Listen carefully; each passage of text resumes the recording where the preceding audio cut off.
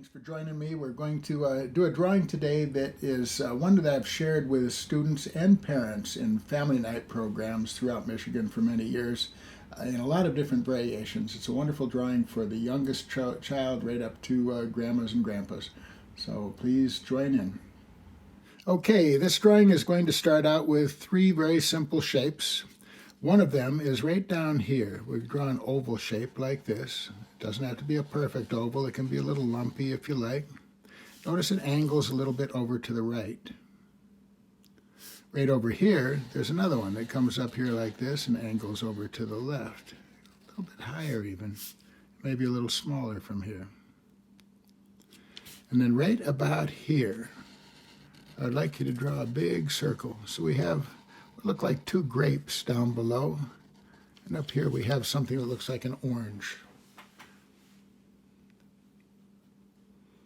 What we'll be doing is connecting these lines with some wiggles, which are actually made up of curves like these. We're just changing the direction a little bit.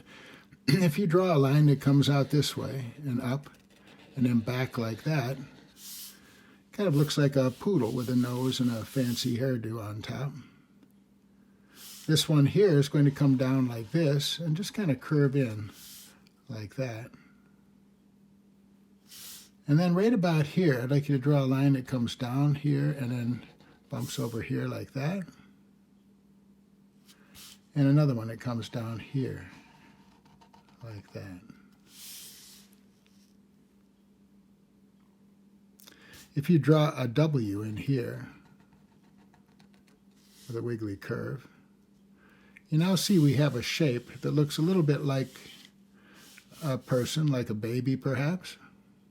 So let's put a mouth right here like this, a big laughing or crying baby mouth. Let's put the eyes right on top of that, here like this and like this. So everything we've done so far is just ovals and circles and wiggles. Draw that little opening in the mouth that we'll just draw it coming back here like this and up, looking way back in. And another W shape, but this one here you can draw like this to show that that's not really an opening to the mouth. It's actually a nose, and we now have this little smiley face looking at us. To make it look a little cuter and cuddlier, add a couple curvy lines at the ends.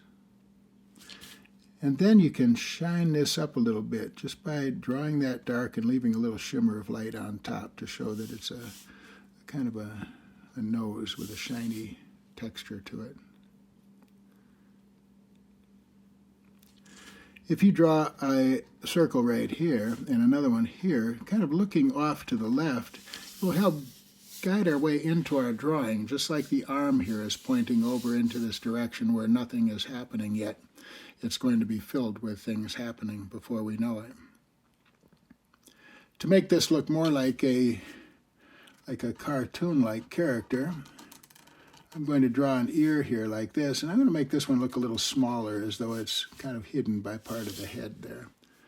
So now we have this shape that looks quite a bit like a bear.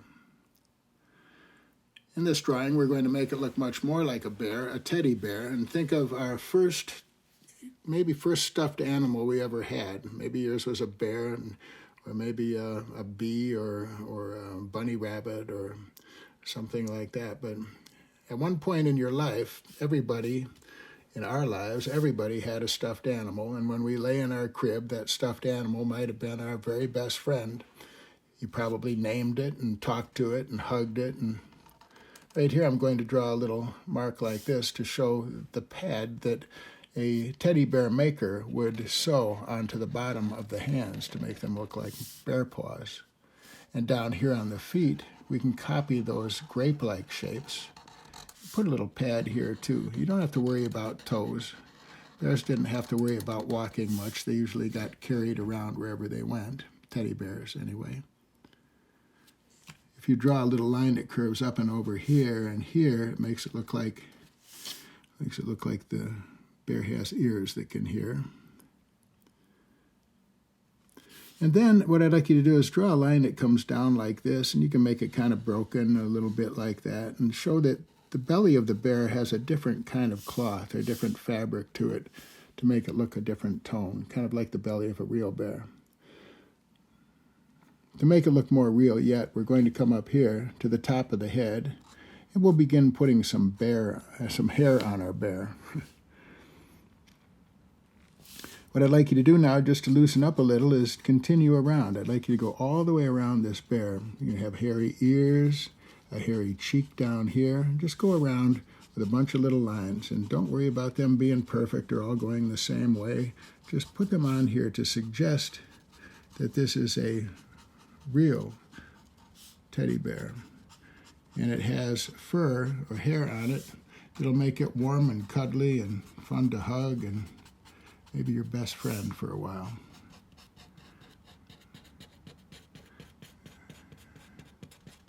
I move along pretty fast at this. If you take a little more time, just pause and continue when you're ready. But I'm just going to put this all the way around so he looks more cuddly and a lot more kid-friendly as a teddy bear. Otherwise, he looks like a bunch of balloons twisted together, maybe by a clown at a carnival. And this kind of warms them up a bit. Some are larger, some are smaller, some patches might even be missing. This bear might be hugged so many times it starts losing its hair.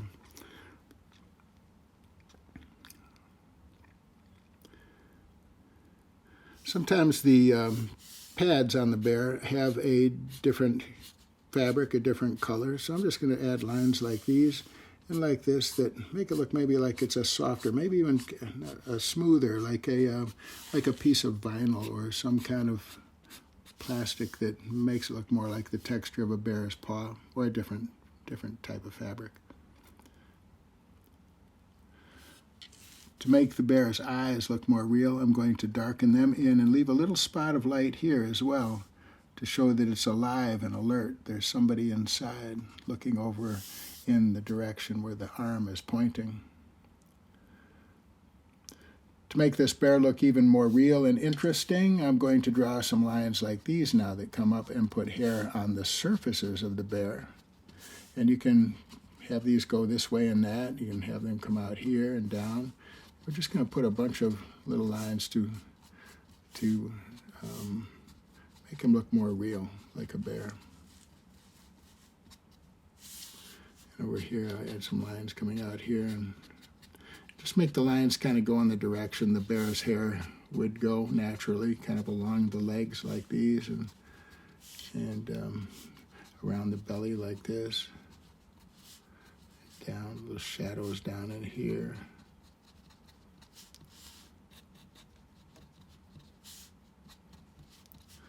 Bears usually don't come with belly buttons, teddy bears. But in this case, maybe when you were being very realistic and looking at your teddy bear, you realized something was missing because you knew you had a belly button and felt you should add one. So maybe put a belly button right about there. Draw it with a marker or a pen or whatever you had in your hand when you got the idea. And now I'm going to put a little shadow underneath the neck of the bear here like this to make the head look like it sticks out a little towards us. You can put some textures down here. See, I'm just sort of adding textures on top of textures just to make them look a little bit more well-rounded. Sometimes bears have accidents, teddy bears, and they need to be patched up. Sometimes they get patches like this. This might be a piece of a patch from one of your favorite pajamas. Might have polka dots on it or something that just happened to be there when Mom or Grandma stitched it back up because she knew you loved it.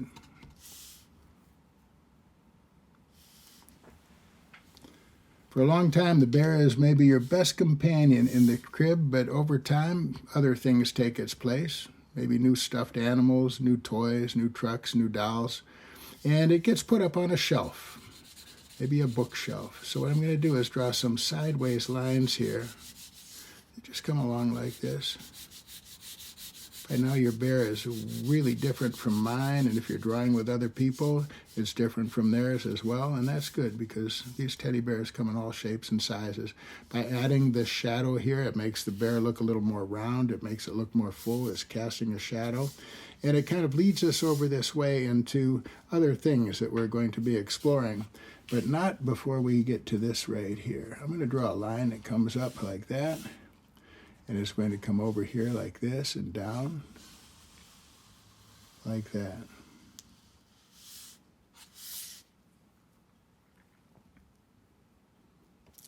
I'll draw another one right here like this, and we're kind of setting ourselves up as though we are on a bookshelf, maybe near your crib, where all of your favorite books and some of your other stuffed animals and objects are. And I'm going to draw a little bump here like this and a line that comes over this way. And a little bump here like this and a line that comes over this way. I'm not going to go too far here, but I do want to bring a line down here that kind of goes behind the bear. So we have a couple books on the shelf. If you add another little line here and one here, it makes it look more like a real book. And just to make the light color of the bear stand out, I'm going to draw a bunch of lines like these, and I'll let it go kind of around the hair too, so you can still see that. And it's going to come up and make a shadow on the left-hand side of the book, and you can add some little details in here as well. And then up here, I'll put some shadows on this book as well and come down this way. So they both stand apart from each other a bit. If you carry this down, maybe you see a little bit of that border in this area. When we first start out, these bears are just warm and cuddly and fun to hang out with, but over time we learn that there are more to these bears. We learn that there are some very famous bears in our world, and one of them is this guy right here. We're going to use our straight lines here and make a W and an I and a win here, W-I-N, N-I-E, and it'll be the, and I'll put P here, and you probably know who this is, P-O-O-H. We don't even have to have the poo show up down there, but if it does on yours, that'd be great. You can make these letters look a little more fancy, like a book about a very famous bear, just by adding some extra lines to them. And kind of like this.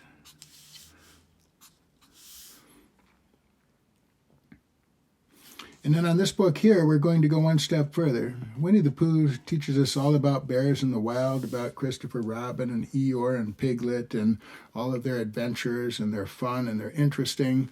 And then as we get a little bit older, we start looking at books like this one here, a little bit bigger. We want to know more about bears because our curiosity is stirred by this amazing creature that we are so familiar with. So we're going to have a book here by it's going to be called All About Bears. It might even have a bear paw up here, kind of like a track with feet there like that. And this might be written by a very famous bear expert, like I'm a Grizzly, or whatever you choose to come up with, but you can put that name right in here. I'm going to put I'm a Grizzly, as in grizzly bear.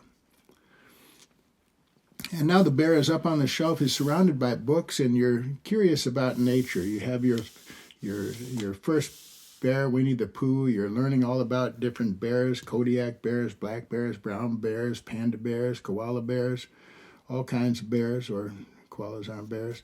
Anyway, down in here, what we're going to do is draw something else. It says that we are fascinated with nature, and we spend more and more time out there as we get older looking around at things. Draw a shape like this. And imagine building a collection of things that are important to you on your shelf up here. It could be your stuffed animals, your books, and maybe some of your discoveries, like this one here. This one is very prevalent up here in Leelanau County. I'm sure where you are, you've seen it, especially in Michigan here. It has a shape that looks like a swing set with the side rails sticking out so you don't bump into them. on a wet day, you might see a reflection of that in the water, and you end up with from a 3-sided shape to a 6-sided one, a hexagon, which is where the animal that created this or left its remains, evidence of its past life here on this rock or within this rock, where it gets its name, Hexagonaria. And Hexagonaria in Michigan is more commonly known as the Petoskey stone. So what I'd like you to do is just build these little shapes. They look almost like a honeycomb, but it's a different kind of a shape. 6 sides here. And each of the creatures that created this honeycomb shape would love to have made it, I'm sure, as perfect as possible, but sometimes there's just no room. So sometimes they squeeze and push and nudge against other species that might be crowding in on them, or they just try to do their best with their neighbors and get a little space so they can survive. Sometimes there's a little starburst shape in the center of these shapes. Sometimes there's just a darker area like this or like that, or a lighter area, but each one is different, and you'll see that every time you find another one, and especially when you take the time to polish them up with some very fine sandpaper. And so you now have this rock sitting here too. I'm going to put a shadow from this rock coming along like that. So now we have 2 objects and 2 books that have to do with things we're fascinated with in the world around us. We also have some more room here, and I'm going to draw a shape here that I've had a chance to draw a lot in the past. I'm going to start with a little shape like this that curves around and then up. If you drew a boat with me before, you may recognize this. It's just a loop. It shows that this end is bigger and it comes back. I'm going to draw it kind of light like that. It's just a simple lazy 8 lying on its side. And right here I'm going to draw a line that drops down like this and over like that. I'll copy that line with a line right here that comes down like this. And then come back here and draw a little line here. So maybe on this shelf you have a canoe, this canoe right here. It's a model of an Indian canoe. It may even be made out of birch bark. It comes up and over like this and comes down. And then there's another line that comes out this way and joins up. The back side's pretty easy. You just copy this only backwards. You draw this curve here coming in like that. And then you draw this curve here coming down like that. So now you're looking at the outside of the front of this canoe and into the back side of the back. So you're looking inside the canoe here and at the front here.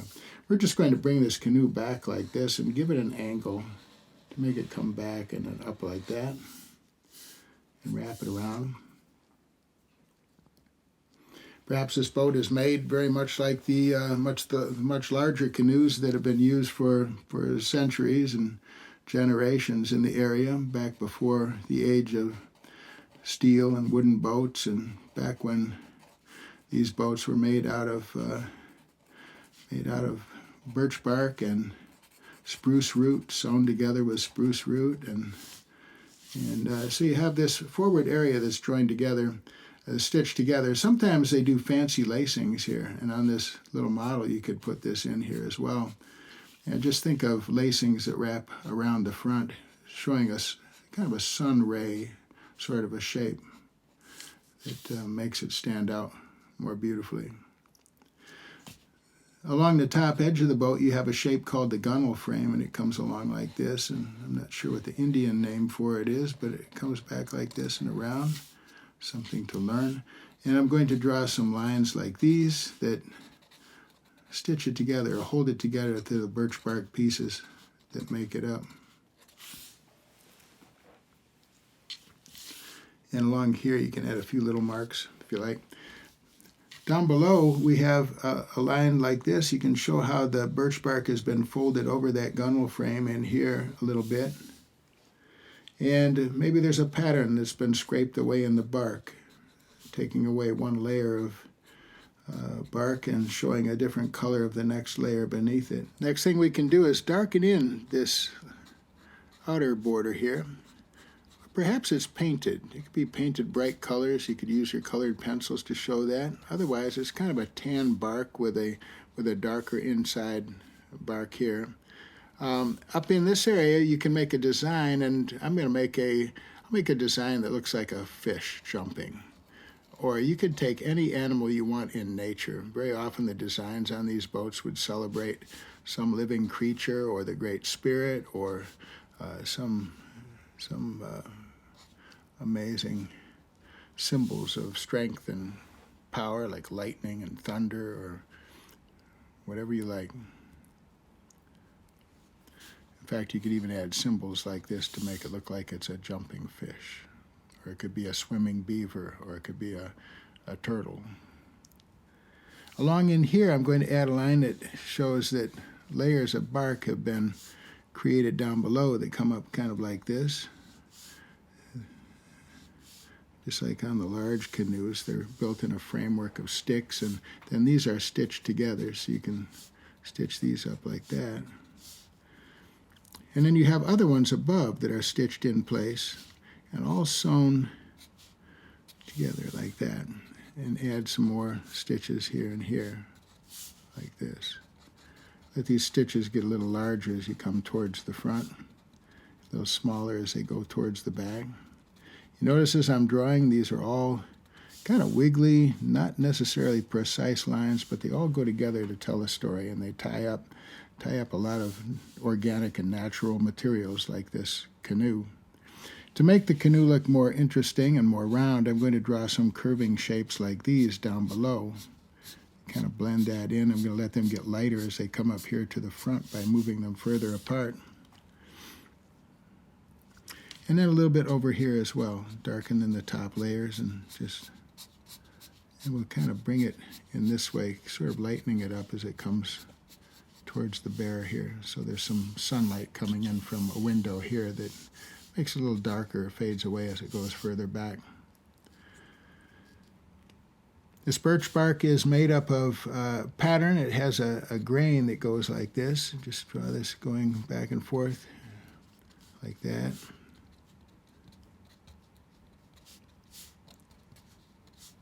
And every now and then you see a little mark like this that shows where when a tree was growing, a small branch may have begun to grow but broke off and the tree healed itself. Maybe here you have another mark and a mark here. These might be painted on a model, but on a real boat, these would be signs of maybe a bear reaching up and scratching its claws against a tree, maybe to climb up the tree or maybe to get to the honey on a higher limb. These flaws, things that oftentimes nowadays with building would be overlooked and discarded because they're not perfect, would be built into the canoe as they are parts of the story. They're parts of the healing nature of the tree, parts of a sign of the strength of the bear, which was considered to be a brother or cousin to man. If you come down here and you draw lines like this, again sideways, you can put a shadow on this lower area and raise it up a little in here as it reflects the high raised prow of the boat.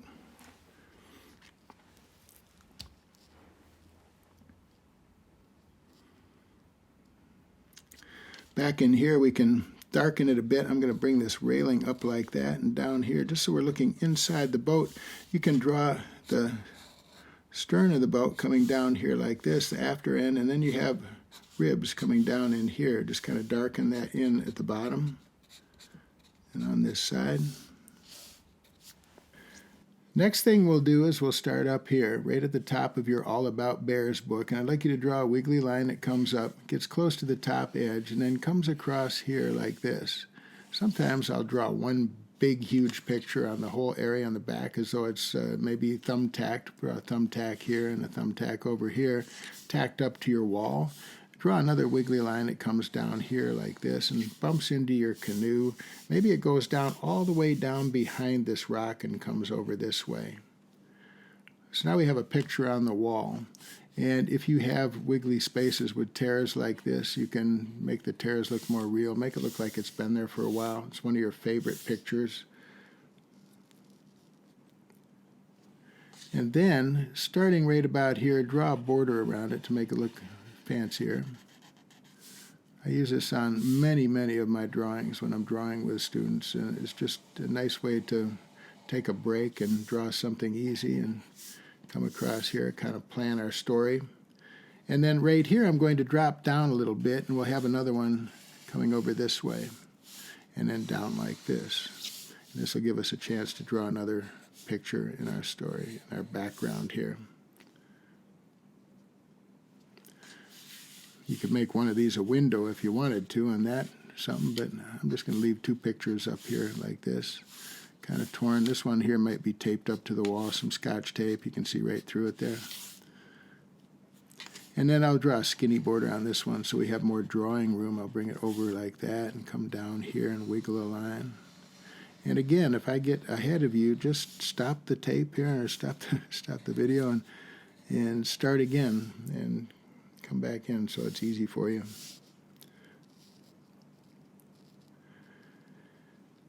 Everything in this drawing has to do with nature. It has to do with teddy bear and how our interest is first peaked on the creatures of the world around us and how we learn from books about fascinating adventures and stories and real bears, and we go out looking, we find rocks like this and other things. And so now we're going to continue with that as we come into this story here. I'm going to draw a tree that comes up like this, and a line down here like that. And I'll draw another branch that comes up like this. I might bring this right down here and kind of bring it in and over, and a little branch coming out here. You can make these lines up as you like. I'm going to take this one back behind that one and bring it up, and maybe take this one out here like that. So it looks like an old tree. It's kind of twisted and a little bit worn and tattered. And I'm going to add some curvy lines here to make it look like a round tree with sunlight hitting the right-hand side. I'm going to come down to about right here and just kind of darken that in. And the same thing on this one. So now we have sunshine in this picture. And this picture could have a totally different light source than the picture of the teddy bear and the books and all, because it's a whole separate scene here. Draw a line out here and add some smaller sticks to make this look more interesting. And then you can add beehives and other things. You can add birds' nests and squirrels jumping and running and birds flying and whatever you want. But most of all, add some leaves here. We're going to make this picture look like like you're just walking out towards a forest and this is one of the trees on the way.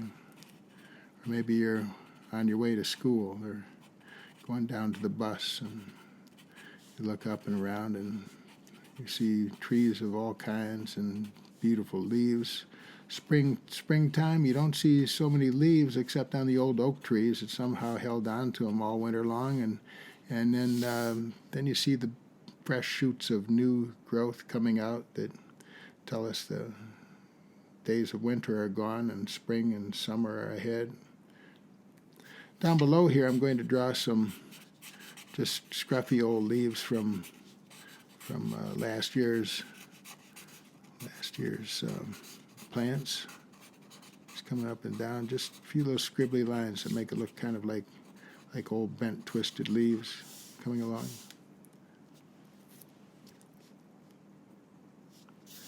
Right here, I'm going to draw some reflections of these leaves, just sideways lines. See how that comes down that stem there? I'm going to draw that a little darker at the top, a little bit of lines in here and here to make it look as though these leaves are along the water, maybe along a stream or a pond. Back here, I'll take it up a little further. See, we go closer here and then we step up a little bit. Another line here. It takes us further back into this scene. We're looking at the surface of a pond or a stream, and I'm going to draw some lines back here, and these will be smaller. I'll draw short little lines like that, maybe a couple taller ones here so they don't blend into the bear's hair, and then put some old leftover cattail tops here, some that never went to seed, or just stick them in there like that. Down here, a fish just jumped. You got to look fast to catch it. Maybe another one back in there. If you draw a line coming down this way, you can see the land in the distance. In the springtime, you might see the old fence right here. There's a fence post along in here. There's another one here. It's smaller. Another one smaller. Notice they're getting closer and closer as they go up. This is an art trick we use a lot just to take us further back into a scene. It also gives us a way of dividing up this space. So you might have a meadow over here with a bunch of flowers, and you can just draw some lines in here. And as you're drawing these little marks, think of beautiful spring flowers. And while you're at it, you can draw maybe the first butterfly. Now notice how big this butterfly is.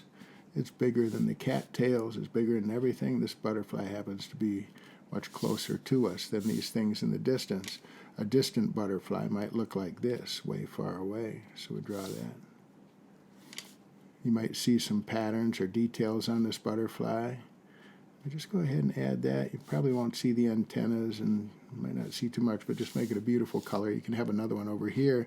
Maybe this one you're just seeing from the side, and they're flying around because there is nectar to be had in the fresh flowers that are coming out. In this area here, we'll show that this is an old field that was plowed, and I'm going to draw these plow marks coming over here like this, and just kind of go right back through those butterflies or bees. And then some stubble from last year's crop, just a few stalks of corn that were cropped off short, and those will be all tilled under, and the farm will start anew with a fresh crop here.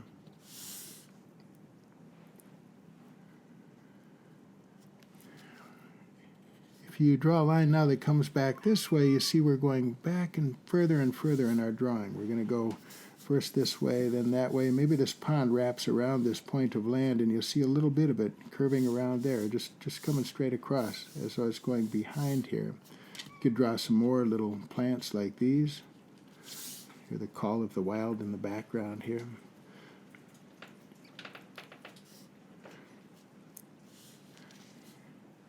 And then back in here, we take it back even further. Here's one more line going across. You can see that this is all kind of a pond or a river, a stream flowing through. In this area here, I'm going to draw some trees that come up like this. Seagulls. Yeah, you gotta draw a seagull up there. It's actually a cat, but sounds enough like a seagull. Draw a couple seagulls. Maybe we're getting more towards open water back there. In the background here, I'd like you to start at the top and just draw lines going this way and that, and just kind of suggest or pretend that this is a pine tree of some kind. Draw these lines going back and forth. Another one here like this, another one here, just kind of overlapping. It's just sort of taking us further back. And while you're doing this, imagine going out on a journey. Maybe as a very young child walking into this wilderness, for sure that you might find Winnie the Pooh out here. Or maybe later on, maybe a little worried, you might find a grizzly bear or something else. But think of nature as being filled with things to discover and explore and seek as we get older and more adventurous. In this drawing, I'm going to add a few little bumps like this coming up. And might as well put another bank of clouds down here, and maybe in the distance you can draw a line like that. Back here, maybe your house is close to the water. You could draw your house right there. Or maybe that's your dream house. And maybe your school is over here like this. And maybe your grandma's house is over there. And just go ahead and put some buildings back here. So it suggests that in this wilderness world, we have evidence here of human beings besides just the fence rail and stuff. Back here is where people live, and might even have a little rowboat out on the water. Sometimes that and a little mark is enough to show that somebody's out there fishing. To make the clouds stand out a little better, draw some lines up here and think of a beautiful blue sky afternoon, or maybe these are big billowy clouds that show a storm is coming, and they're starting to get a little purple and deeper gray down below like this where they come in over the land. You notice the strong shadow on these trees here. Well, maybe there's a shadow coming up and over here from these trees that we have on this side, coming up and just kind of darkening that area. And if you want to really explore, look at the size of the person way back there. You could draw you standing right here, looking out, and maybe with a butterfly net, or maybe with a stick, a walking stick, or whatever you want there. Just draw a little tiny shape so you can kind of indicate that you are a part of the story. I'd like to take a closer look at this pond now, and we can do this with a picture without continuing this through and all, because we're going to be looking at a very different drawing. This is a totally separate drawing. Sometimes this is the only drawing I do on a piece of paper like this, but we'll just get a little hint of it. Maybe later on I'll get into a much more detailed one. This is one of my favorites, so we're going to come down here, and we'll draw a shape that comes up and over like this. And again, we'll be underneath this pond, so somewhere down here there's a fish swimming about. In early days, when I drew fish, they just looked like this, a bump, and then another one here like that. 2 bumps equal a fish, kind of like these 2 bumps equal a bird back in that area. We just twist them in different ways to tell our story. Right here I'm going to draw a shape that comes down like this and around. And I'm going to draw a little mouth that comes over here like this and back. And an eye right here, a nice round eye. Behind that eye, a little wiggle like that for the gill cover. And then here we have a little bump for the pectoral fin muscle, and then the fin wiggling here like that. And another one up above, the dorsal fin. And the posterior dorsal fin. There's another one back here. And then we have the caudal fin, or the tail fin here. I'm just drawing some little wiggly lines. This is an important character in our story, but there's going to be so much more going on in here. So we're going to kind of go through it. Excuse me, go through it quickly. I'm going to draw some stripes on this fish. Maybe it's a perch, something that has a stripe coming down like that. And then we'll have some spines making that fin stronger. And a few little dots down here making this fin, or making the body look a little bit like it has scales on it.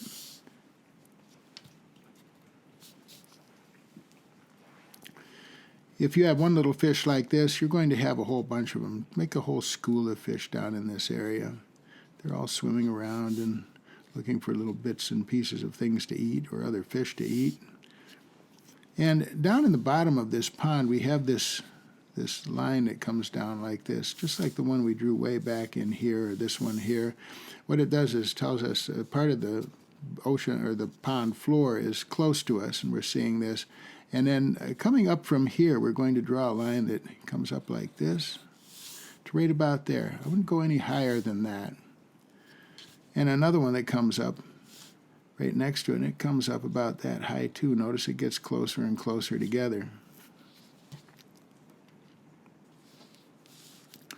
If you start over here higher than this mark, this is kind of tricky, but we're going to start over here like this, and we'll draw a line that comes along like this, and it wiggles until it just touches the top of that and comes over this way.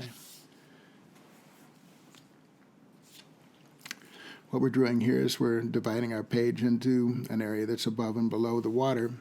This happens to be a branch or a stick that's coming up and it's disappearing behind this line, and it's going to show up right about here. So the trick is just come up a little bit higher here from this first mark and this one here. So we start up above and then draw a line that kind of comes up this way and up that way, kind of like a letter Y. If you draw a smile curve right here and wrap a little line around it like this, you can see that this stick is stirring the water. The wind that's moving the stick is causing that water to ripple. And then add some extra lines to it. Now maybe up in here a kingfisher has its nest, or you have different birds of different kinds, and draw some extra sticks in there just to make that look more like it's a branch coming up. In fact, darken it in a little bit. We'll do the same thing down here and make it look a little wigglier where it's underwater, like that.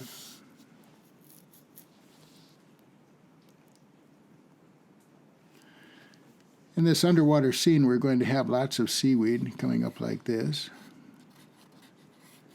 Some of it looks like this. Some of it looks like this, with just little scribbly lines coming off to the sides. This is milfoil. This is a type of seaweed that is very common in lakes in Michigan, inland lakes. And it's kind of a nuisance. And then back in here, we'll hold off on this for a while. I want to come up above here for a minute. Somewhere in here, let's just draw a bird in that nest. I'm going to draw a little bird, and a kingfisher has a beak that comes out and kind of a rounded body like that. And these are birds that are especially adapted for diving into the water and catching the fish they want to eat. They bring them up and feed their young, and they can toss the fish up and pretty much swallow it whole. In the background here, I'm going to draw another line that comes down like this. Again, a different way of taking our land forms, even underwater forms, and taking them further away from us.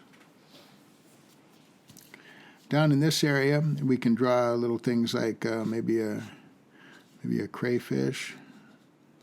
Down in here, just a little shape that looks kind of like a crayfish, a claw and a smaller claw and a bunch of lines. Or you can draw a shelled creature like this, curving around. Draw another shell over here. You have clams, like this, just circles with a line across to suggest the clam, and a bunch of little animals and organisms that live down here. In the background here, you have a line that comes across, showing the distant land, and perhaps more lines like these that take it back even further. Here's the sky again, coming up and over with the clouds and other birds flying about. And maybe right about here, there's a boat on the water. Looks like this. And it's got somebody in it right there. Maybe that's you, or maybe you're out fishing with your grandpa or your friends, your dad. Draw a little ripple here, draw a little reflection here, and just draw the boat kind of going through the water, like that. In the background here, you can add lots of other things. Sometimes there are things in here that shouldn't be here, like right here I'm going to draw an old tire. People are getting much better about taking care of their stuff. You might have an old can down here somebody threw in the water there. It's very important that we take care of our natural resources here. So most people have got the idea, and they aren't polluting these areas now. I'm trying to keep that from happening. And then back in here, just add some more seaweed coming up. If you want, you can add more fish. You can draw them like this, big fish, little fish, and just kind of fill this pond scene in with things that you think should be here. Down in this area, you have room for other things. I'm going to leave those to you. Think of something you can add here. I'm going to take this line now that is the bottom of that border. I'm going to come down below it here, and I'll draw a line here that shows the edge of the desk that the books are standing on. So it'll be right about here. I'm going to bring that through here and just take it right off the edge of our page there. So you can maybe even just kind of darken that in.